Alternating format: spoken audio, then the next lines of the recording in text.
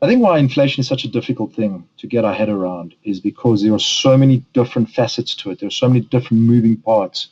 Welcome to The Big Explainer.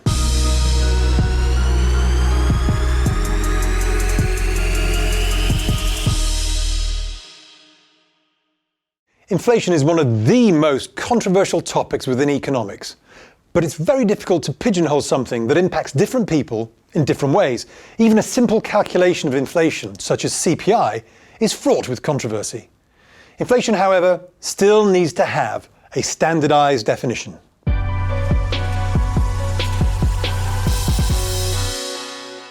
We think of inflation as a general rise in the price level for a given country.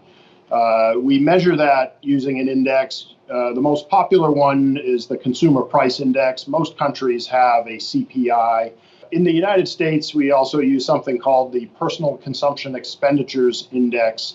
Particularly the Fed focuses on what we strip out as the volatile items of food and energy. So take your pick of which inflation measure you choose. There we start to think about what is deflation or what is disinflation. So disinflation would be a slowing in the increase of the absolute price level. Deflation would be a decrease in the absolute price level.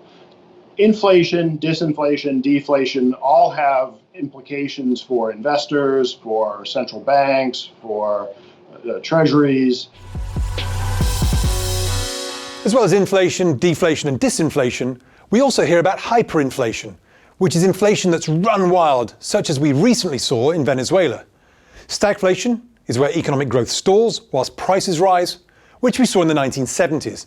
Reflation is where inflation is part of a general increase in growth that might be associated with a rebounding economy. Furthermore, time frame matters. Inflation may quickly follow a period of deflation and vice versa. We're seeing a sweet spot right now where growth has been decimated by the COVID pandemic. And so with that cut in aggregate demand, we're seeing disinflation and in some cases outright deflation. Where to from here, however, I would say that as government borrowing continues to grow apace, that the price level is destined to rise and could rise quite sharply. Milton Friedman, one of the most famed economists of the last century, said that inflation is always and everywhere a monetary phenomenon in the sense that it is and can be produced only by a more rapid increase in the quantity of money than in output. Actually, inflation is better described as a sustained rise in the general price of goods. But there are many factors that can influence prices, not just an increase in the money supply. Problems in supply chains can create inflationary bottlenecks, as we saw with Chinese pork prices last year. Demographics and automation can influence prices in both directions. There are many influences on inflation and deflation. I think one of the biggest drivers of inflation normally, traditionally, has been wage inflation. So what do people earn? And the more that people earn, the more they're able to spend. The more they spend, the more economic activity there is. Economic growth leads to higher prices, because that can actually be absorbed in that economy where people are earning more and more. So their disposable income is actually such that they're able to spend more while still saving. So I think that is the big one. It's always been wage inflation. Another key factor feeding into inflation has always been the level of economic activity. The higher your economic activity, the more healthy your economy, the more likely there were to be inflationary pressures. Now people are worried about the state of the economy. They're worried about their jobs, the job security that they have, especially in the last 15 years. So I think that's actually becoming more of a consideration as well. The shale industry in the United States has rather revolutionized the energy sector in that we are no longer dependent solely on the members of the OPEC countries. We now have other sources of oil to rely on. So, of course, there's downward pressure on oil prices, and that through that mechanism of the sort of logistics transport industry, purely based on carbon fuels, we see there's not that much inflationary pressure there anymore. If we look at the demographic side of things, and we use Japan as an example, as a case study, for the last 3 decades, the Japanese have basically aggressively been following loose monetary policies in order to ignite economic growth. And for 3 decades, they have basically failed. There's 2 reasons there. One, of course, is that they, after their crash, sort of in the late 80s, early 90s, they had a couple of companies that they didn't want to let go. They don't want to let them go to the wall. So you've got these zombie companies that are potentially taking up a lot of valuable resources within the domestic economy. But I think also the key point there, more likely, is the demographic picture. So Japan, I think, is the country with the largest percentage of its population over the age of 65. Even when the monetary authorities are stuffing the channels with support and stimulus, the type of inflation that this can create can vary. Over the last decade, and even more clearly during the COVID crash, monetary support has fed into asset prices at a faster pace than it has fed into other types of inflation.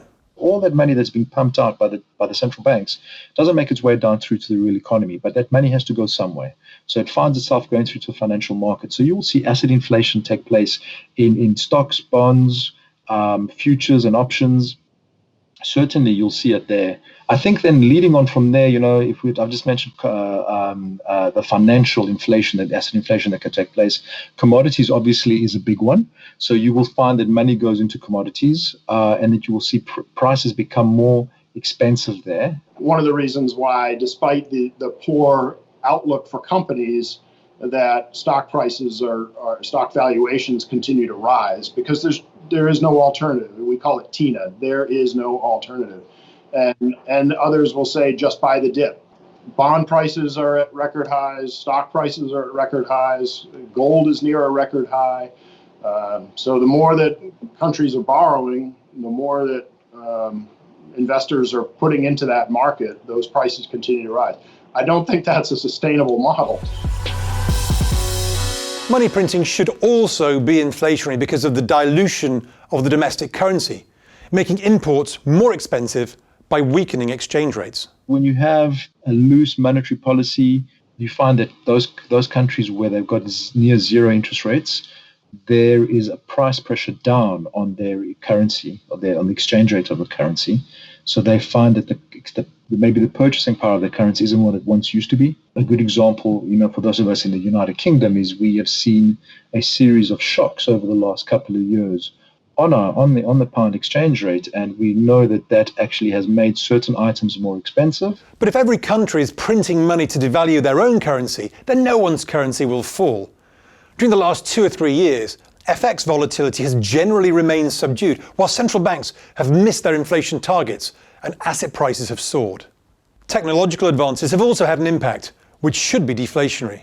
Basically, what it does is it brings prices down. There's never been, I think, an example of a technological advance in manufacturing that's led to increased prices over a period of 5 to 10 years. Initially, there might be because there's something brand new and there's a novelty factor and the marketing machine will kick in and people will be keen to get hold of this new, let's say, mobile phone, tablet. But the reality is, if you look at those technological advancements, all they've ever done is cause prices to go down. Now, to further complicate the picture, we have absolute or nominal inflation on the one hand versus real inflation on the other. When you talk about nominal inflation versus real inflation, is like we talk about wages, for example, right? So I tell you that as you've said, I've had a 5% increase, but your actual inflation rate is 6%. So your nominal wage inflation is 5%, but your real wage inflation is actually minus 1%. Because you're lagging behind the actual price increase level, the level of price increases in your country. So what we have is that people are getting small increases, but the measurement of inflation that those increases are being pegged to is, by definition, not the true picture. So there is, I believe, people are finding themselves constantly behind. They are not earning enough to match the price increases in the economy. We also need to add into the mix the potential of combined monetary and fiscal policy. Monetary policy is quantitative easing and adjusting interest rates. Fiscal policy is government spending.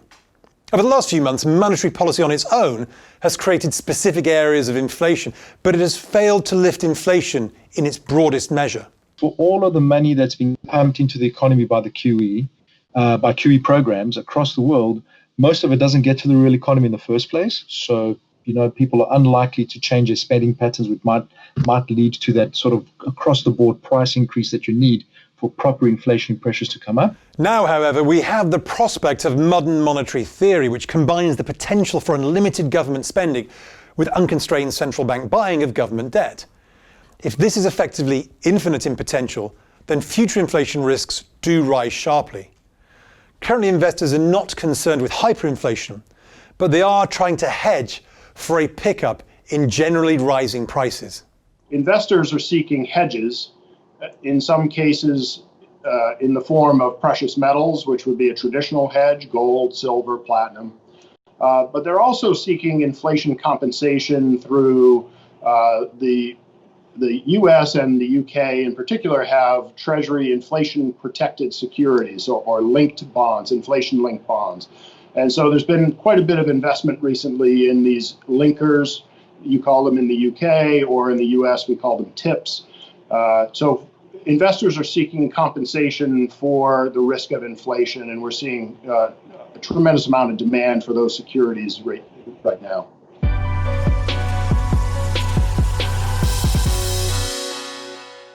So inflation versus deflation will remain a thorny issue. The COVID crisis and its responses created enormous potential in both directions. Monetary and fiscal policy could combine to create runaway inflation, whilst debt, demographics and automation could create runaway deflation. Some people will experience inflation, whilst others will experience deflation at the same time. Both the inflation and the deflation camps may be correct. It may just be a matter of time frame. One thing is certain, the inflation-deflation debate will rumble on throughout our investing careers.